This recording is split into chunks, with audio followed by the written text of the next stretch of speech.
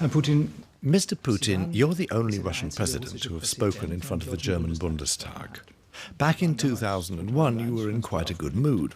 You mentioned a great deal of future German-Russian cooperation, a united Europe with Russia. Then you dropped in a little warning.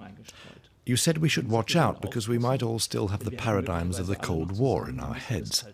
And literally you said, we are still living in the old system of values. We talk about partnership, but in reality we haven't yet learned to trust each other. This has now to a certain extent come true. Why were you already a little pessimistic back then?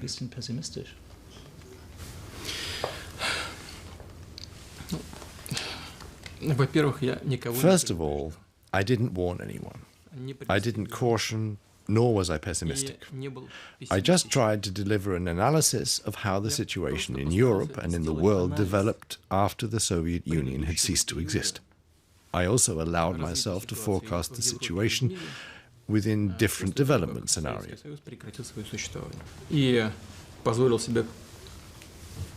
Спрогнозировать ситуацию при различных вариантах ее развития. Поэтому, конечно, это все было в преломлении, как говорят дипломаты, с нашего угла. This is why it was all seen through our prism, as the diplomats would put it, from our perspective, from our Russian angle. However, I had the impression that it was quite an objective analysis, and I would like to stress again, it was not a question of sounding in any way pessimistic. Quite the opposite. I wanted my speech to be optimistic at its root. Мне хотелось заложить в свое выступление оптимистическое начало. It was my assumption that, knowing all the problems of the past, we should move on to building our relationships in a much more comfortable and mutually beneficial way.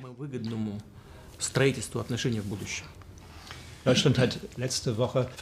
Last week, Germany celebrated the 25th anniversary of the fall of the Berlin Wall. Without the agreement of the Soviet Union in 1990, this would never have happened. That was then. In the meantime, NATO has conducted major military maneuvers in the Black Sea near the Russian border, and Russian bombers are turning up in European international airspace. And I believe it was the Minister of Defense said today that these training flights should extend as far as the Gulf of Mexico. It all sounds very much like a renewal of the Cold War. And in other respects, too, the verbal tone has become a lot more aggressive. President Obama said not too long ago that Russia represented a danger in the same way as Ebola or Islamic extremism. At the time, you wrote that the USA was like a nouveau riche who thought it had won the Cold War and was now trying to shape the world according to its ideas without taking other interests into account. It does all sound a bit like Cold War rhetoric. Look, you've mentioned 2001. I've already said that my perspective was rather optimistic then. Since 2001, we've faced two enlargements of NATO. In 2004, if I'm not mistaken, it was joined by 7 countries: Slovenia, Slovakia, Bulgaria, Romania, and 3 Baltic states, namely Estonia, Latvia, and Lithuania. And in 2009, a further 2 countries were admitted to NATO. This considerably changed the geopolitical landscape. In addition to this, the number of military bases is growing. Are these bases spread all over the world Russian? No. They're NATO bases, American bases spread all over the world. They are, among other things, close to our borders, and their number is growing. Similarly, not long ago, the decision was made to extend the deployment of special operation forces, again, directly adjacent to our borders. You've mentioned different maneuvers, air force and battleship movements and so on. Is this true? Yes, it is. First of all, you said, or maybe the translation was not precise enough, that it took place in international European airspace. Airspace can either be international, and thus neutral, or European. So our training maneuvers take place exclusively in international airspace and international waters. After 1991 and 1992, we decided to stop our strategic flights, and all our aircraft were grounded. However, at the same time, our American partners continued patrolling, utilizing their nuclear forces and their jets. This went on for years. This is what I'm talking about. They have been continuing to take their usual patrolling routes, which also include areas adjacent to our borders. This is why a few years ago, upon the realization that nobody was attempting to do anything about this, we reintroduced our strategic long-distance aviation patrols. Шага навстречу никто не делает, мы возобновили полеты нашей стратегической авиации на удаленных районах патрулирования. You said that to a great extent your security interests have been completely ignored in recent decades. Let us talk about the current crisis and what started it. The trigger of the present crisis was an agreement between the EU and the Ukraine. And the name of the agreement sounds relatively harmless. It's called the Association Agreement between the European Union and the Ukraine. The central point of this agreement is duty-free access to the EU for the Ukraine and to the Ukraine for the EU. How is this dangerous for Russia? Why were you against this agreement? Was ist daran gefährlich für Russland? Warum waren Sie gegen diesen Vertrag? In fact, the same things are happening in the economic arena as are happening in the field of security. We're saying one thing, yet doing another. We're talking about the necessity of creating a single space, but in reality we are drawing further lines of demarcation. So what is the association agreement about? I've mentioned it on multiple occasions, but it would appear that I need to explain it again. It means eliminating customs duties on European goods imported to the Ukraine. However, the Ukraine is already a member of a free trade zone provided within the framework of the CIS. The customs duties have already been eliminated between the Ukraine and Russia. What does this mean? It means that all European goods would transit Ukraine and enter Russian customs territory directly. There are many other issues that may not be clear to someone who's not involved with these problems. Which issues are they? There are technical regulations which are not the same as those of the European Union. We have different standards. Let's assume vehicle assembly were to be taking place in the Ukraine on a large scale. According to the association agreement, it would mean that these goods are being produced in the Ukraine, and under the framework of the free trade zone between Russia and the Ukraine, they would move into our market. What of your Western companies that have already invested billions of euros in their manufacturing facilities in Russia? Let's take Volkswagen or BMW, Peugeot, Citroën, or an American company like Ford, and so on. They've entered our market under different circumstances based on an assumption of deep localization. Initially we said, listen, we do support this, but let us move on gradually, taking into account the real problems that might emerge between us and the Ukraine. What was the response? It's none of your business, so stop sticking your nose in. Что нам ответили? Это не ваше дело. Вы сюда свой нос не суете. Nun muss ich aber doch noch mal kurz in die Geschichte zurückgreifen in dem Zusammenhang. I'd just like to refer to something from past history in this context. When the matter at issue was the agreement with the Ukraine, which went on for some considerable time last year, there were huge demonstrations in Kiev, in the Maidan. But there were also protests against the Ukraine, against the system in the Ukraine, and it ended up turning very violent. When the then president didn't sign the agreement in November last year, many people were killed in the subsequent violence. Then the German foreign minister came and tried to find a compromise between the demonstrators and the government. There was an agreement which called for national conciliation and a national government. This agreement lasted about 24 hours and then was dead, as it were. You followed the events of the 21st of February very closely. Did you talk with President Obama or Chancellor Merkel at the time? Hatten Sie damals mit Obama, hatten Sie damals mit Frau Merkel gesprochen? Yes. Indeed, on the 21st of February, it was not only the German Minister of Foreign Affairs who came to the Ukraine, to Kiev, but also the Ministers of Foreign Affairs from Poland and France. Украину, в Киев, и как гаранты. They acted as guarantors to the agreement between the then President Yanukovych and the opposition, who agreed that the process should be carried out peacefully. They signed this document, this agreement between the authorities and the opposition as guarantors, and the authorities actually thought that it would be executed accordingly. And indeed, I had a phone conversation with the President of the United States on the same evening, and we discussed this problem in exactly this manner. However, the next day, a coup took place, despite all the guarantees given by the Western partners. The buildings of the presidential administration and the government were taken over.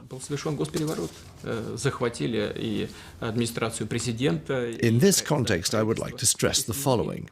Either the European ministers of foreign affairs shouldn't have signed the paper and guaranteed the execution of the agreement, or having done so, they should have insisted on its execution. Instead, they distanced themselves from it.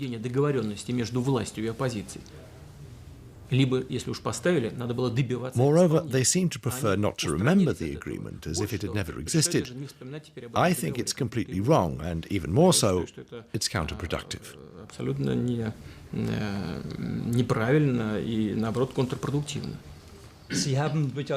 You certainly reacted very promptly. You annexed the Crimea on the 18th of March, and among the reasons you gave was the fact that 60% of the Crimean population were Russian, that there was a long Russian tradition in the Crimea, and that the Russian fleet was also based there. For the West, this was a clear breach of international law. So what's the question? The question is, did you underestimate the reaction of the West and the sanctions that were subsequently imposed? We find this reaction absolutely disproportionate in relation to what's happened. When we are confronted with the accusations that Russia has allegedly violated international law, I can hardly feel anything but astonishment. What is international law? First and foremost, it's the Charter of the United Nations. It's international practice and the definition of it as provided by the international bodies. A vivid and fresh precedent was set in Kosovo.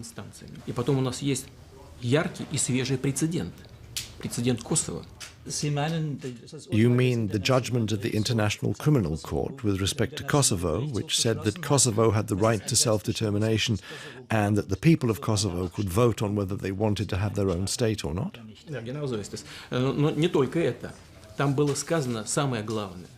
Exactly so. But there's more to it than that. The most important thing mentioned there was that in terms of self-determination, people populating a certain area are not obliged to ask the opinion of the central authorities of the state where they are resident. There's no need to have permission from the central governmental authorities in order to take the necessary steps to self-determination.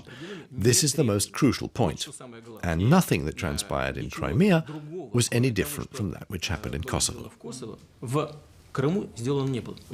I am deeply convinced that Russia has not violated any international laws. I'm very open about this. It's a fact, and we've never concealed it. Our armed forces literally blocked the Ukrainian forces located in the Crimea. But it was not an attempt to force anyone to vote. It's impossible to do so. It was done in order to prevent bloodshed, in order to give people an opportunity to express their opinions on how they want to shape their future and the futures of their children. We've already mentioned Kosovo. In Kosovo, there was only a parliamentary decision to declare independence. In the Crimea, people didn't only implement the parliamentary decision, they also took part in a referendum, and its results were mind-blowing. Besides, what is democracy? You and I know very well.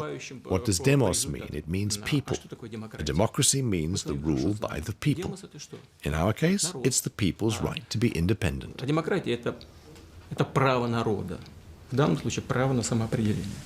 Man merkt schon, dass Sie Jurist gewesen sind früher. Lassen Sie mich das einfügen dazu. Aber Sie kennen das. One notices that you studied law, but you also know the West's argument, which is basically that the referendum took place under Russian military rule. That's the argument with which the West confronts you. But let me move on to another point. Today, the Ukraine is more or less divided. More than 4,000 people have died in the interim. There are hundreds of thousands of refugees, also in Russia.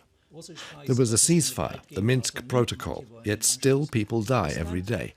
The country is bankrupt.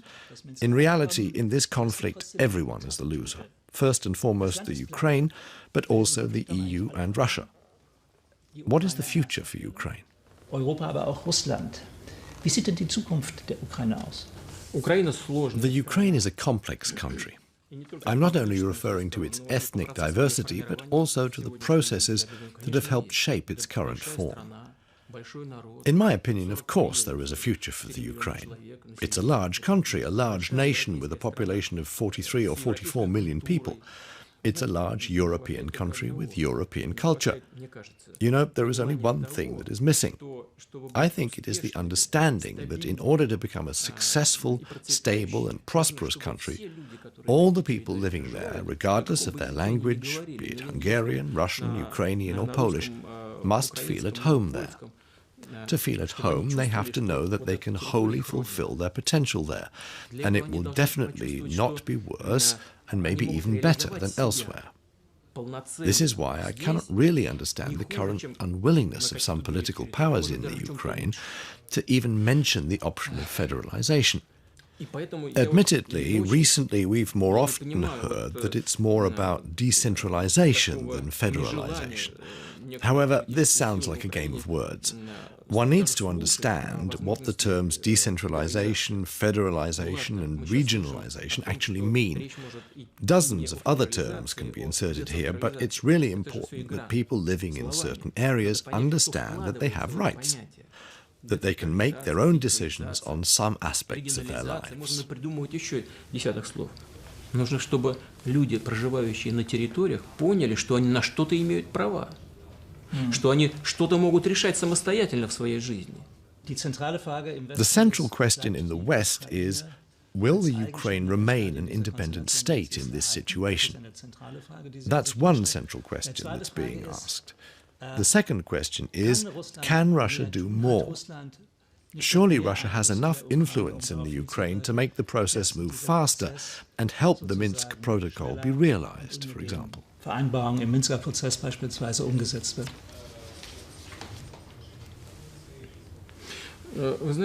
You know, when we are told that we have some special capacities for solving one crisis or another, I can't help but feel a certain tension. I always feel slightly alarmed. We've heard so many times that Russia has the key to the Syrian issue, that we have some special facilities for solving other problems, or indeed the Ukrainian problem. I always start to suspect that someone wants to offload the responsibility as well as the cost. We don't want this situation. The Ukraine is an independent, autonomous, sovereign state. Let me be frank with you. We're truly concerned that the wish to start ethnic cleansing may soon arise there. We're afraid that the Ukraine will become immersed in neo-Nazism. You can see people wearing swastikas on their sleeves and the SS insignia on the helmets of some units fighting in the eastern Ukraine at the moment. If it is a truly civilized state, why do the authorities turn a blind eye to this? Make them take off those uniforms at the very least. Make all those nationalists remove those insignia. This is why we are concerned that there will be deterioration. This would be a catastrophe for both the Ukraine and the Ukrainian people. The agreements reached in Minsk could only have taken place with Russia's active participation in the process. We worked with the People's Armed Forces in the Donbas region in the southeast of Ukraine. We convinced them that they need to accept certain agreements. If it hadn't been for us, this would never have happened. There are certain problems with the protocol, this is true, namely in its implementation. What are they in detail? Indeed, armed groups have not yet withdrawn from some communities. Do you know why? I'll tell you frankly, it's not a secret. Because all those people fighting the Ukrainian army say, these villages are ours. We were born here, our families and loved ones lived here, and if we leave, nationalist units will enter the village and kill everyone. We're not going, even if you were to kill us. You know, it's a very complex matter. Sure, we try to convince them, we argue with them, but when you hear such things, there aren't many arguments left. But the troops of the Ukrainian army are also failing to withdraw from some villages. Well, it's understandable with the rebels. They're people fighting for their rights, for their areas of interest. But if instead of just defining the demarcation line, the Ukrainian authorities want to save the territorial integrity of their country, which is very important now in order to stop the bombings and killings, then whether it's about a concrete village or community, it's important to stop the bloodshed and mutual bombardments in order to create all prerequisites for a political dialogue. This is important, and this is missing now. There is no political dialogue. Please forgive this long monologue, but you're forcing me to go to the root of the problem. The coup took place in Kiev, didn't it? A great part of the country supported it and was happy about it because they thought that upon the signing of the association agreement, for example, the borders would open, there would be an opportunity to work and the right to work in the European Union, namely in Germany. This is what they expected. By the way, the reality is different. However, another part of the country, located in the southeast, did not support this process. People there said, "We won't accept you." And instead of proceeding with a dialogue, instead of explaining that the central authorities in Kiev were not intending anything bad, moreover that they would offer different options of coexistence and development of their common state, that there would be more rights for the population, instead of all this, nighttime arrests took place. As soon as those arrests started, people in the southeast took up arms. As soon as they took up arms, the authorities, that should actually have been much wiser in this respect, didn't consider the option of stopping and initiating a dialogue. They sent in the army, air force, tanks and firing systems.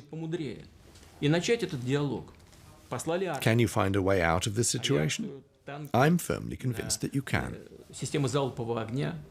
И все зашло в тупик в конце концов. Можно ли из него выйти? Убежден, можно. One question was the claim by the government in Kiev and the Ukrainian president that Russia is supporting the separatists with weapons and soldiers.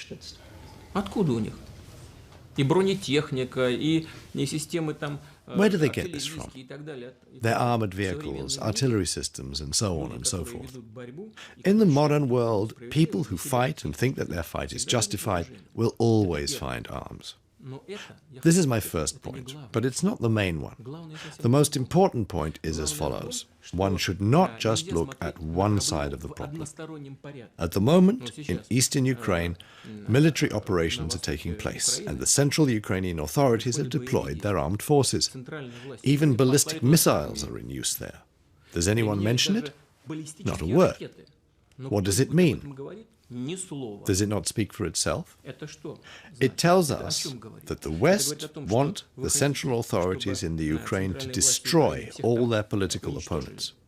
Do you want this? We don't want this to happen, and we won't let it happen.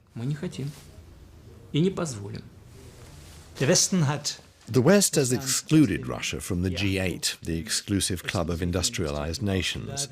And at the same time, the USA and the United Kingdom have imposed massive sanctions on Russia. On the subject of Russia, your finance minister has said there's currently no growth and unemployment will rise. The sanctions are beginning to have an effect. The ruble is at rock bottom, as is the price of oil. The forecast of 2% growth for Russia for the next 2 years is fairly utopian. This will also apply to other countries. Isn't the whole crisis counterproductive, including for this summit? Вы имеете в виду кризис на Украине? Ну, конечно, кто в этом заинтересован?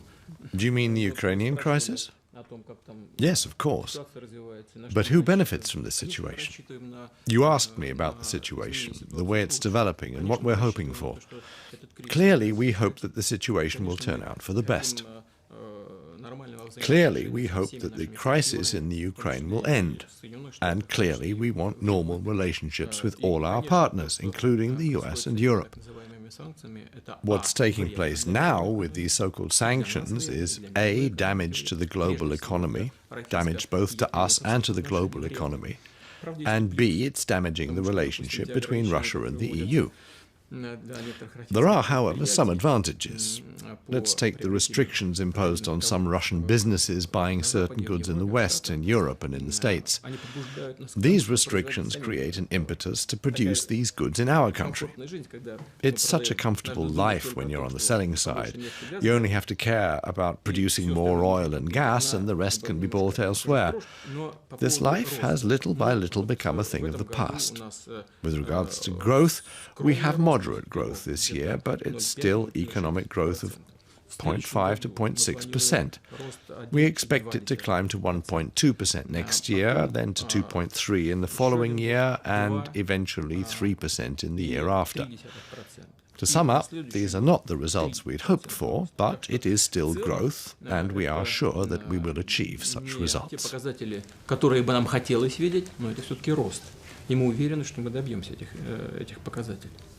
Another issue is that of financial stability. It could be pretty difficult for Russia in the future. Russian banks and companies won't be able to refinance themselves in the long term via the European or American financial markets. There are now possible plans afoot to cut Russia out of international monetary transactions. Look at this.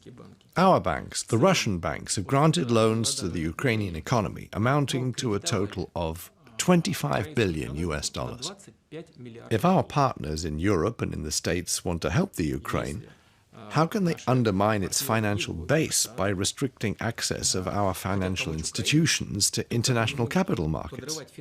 What exactly do they want? Do they want our banks to crash? If this were the case, the Ukraine would subsequently collapse. Are they thinking at all about what they're doing? Or are they blinded by politics? Back to the bank I mentioned before. It's our Gazprom bank, isn't it?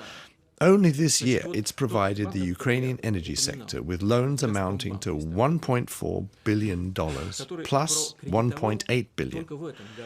That makes a total of 3 or even 3.2 billion. That's the loan the bank issued.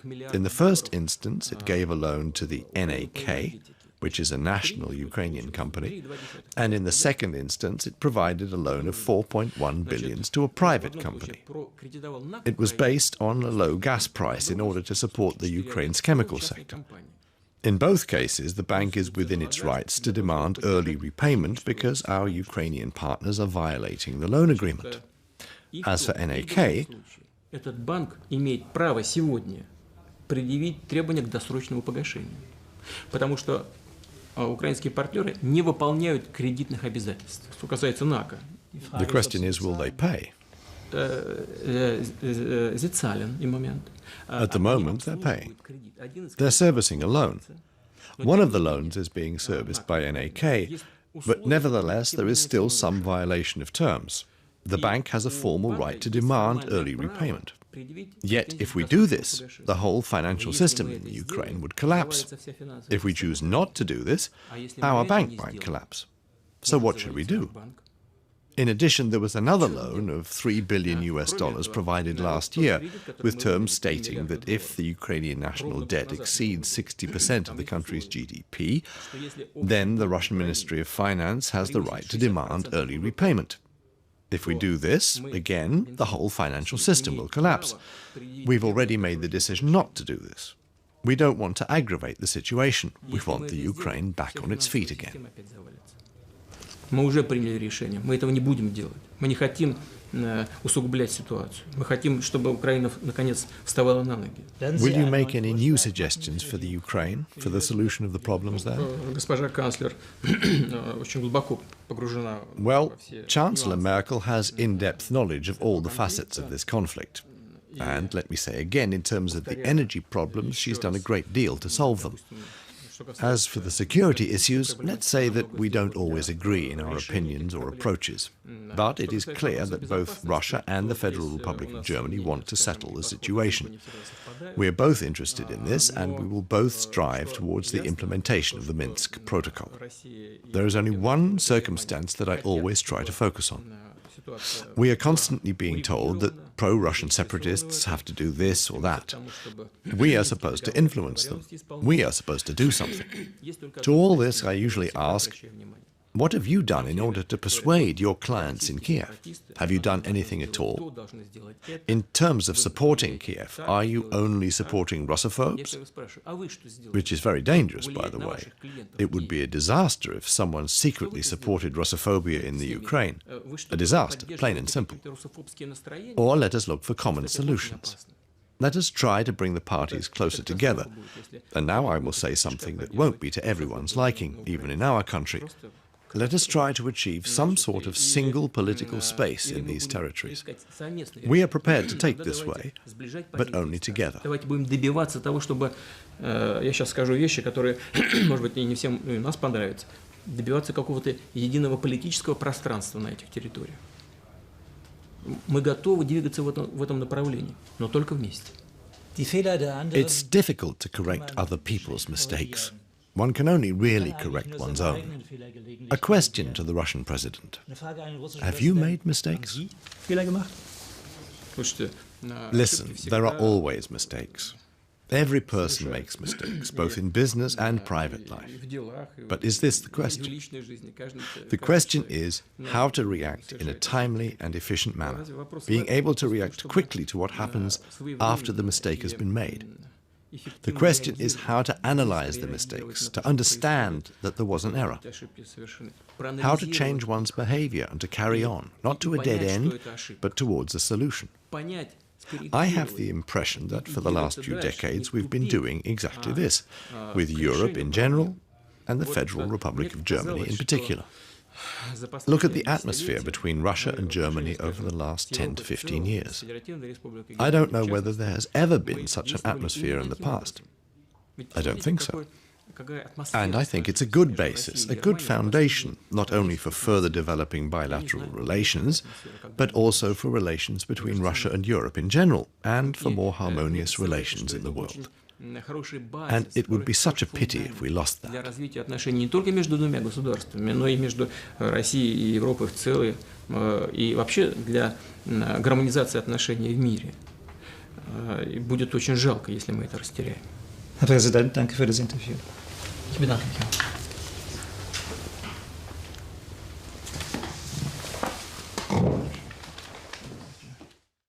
Wir sind eins.